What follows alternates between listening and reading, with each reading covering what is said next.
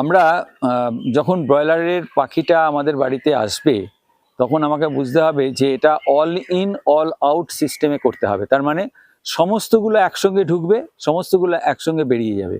কেন না, আমাদের আগে করা হতো 1 সপ্তাহ অন্তর অন্তর পাখি আনা হতো, কিন্তু এটাতে কি দেখা যায় যে আগেকার পাখির থেকে নতুন পাখিতে কিন্তু রোগ ছড়িয়ে যায়।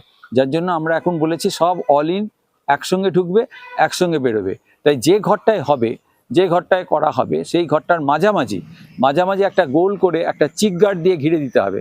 মাঝামাঝি একটা গোল করে চিক গার্ড দিয়ে ঘিরে দিতে হবে। চিক গার্ডটা 1.5 ফুট মতন উঁচু হবে এবং সেটা দিয়ে এমনভাবে ঘিরে দেবো যাতে যদি আমার 100 পাখি থাকে তাকে 0.25 বর্গফুট দিয়ে যদি গুণ করি তাহলে পরে যতটা ওই 25 বর্গফুট মতন জায়গা হবে।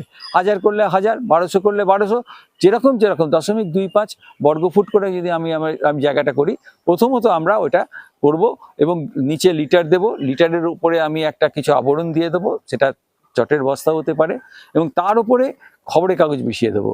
এবং তার উপরে কি করতে হয় না, ওই ট্রে দিতে হয়। ট্রে দিয়ে তার মধ্যে প্রথমে অন্তত পক্ষে আমরা ওই ভুট্টার দানা অথবা কিছু কাঁকড়ের দানাও দিয়ে দিতে বলি।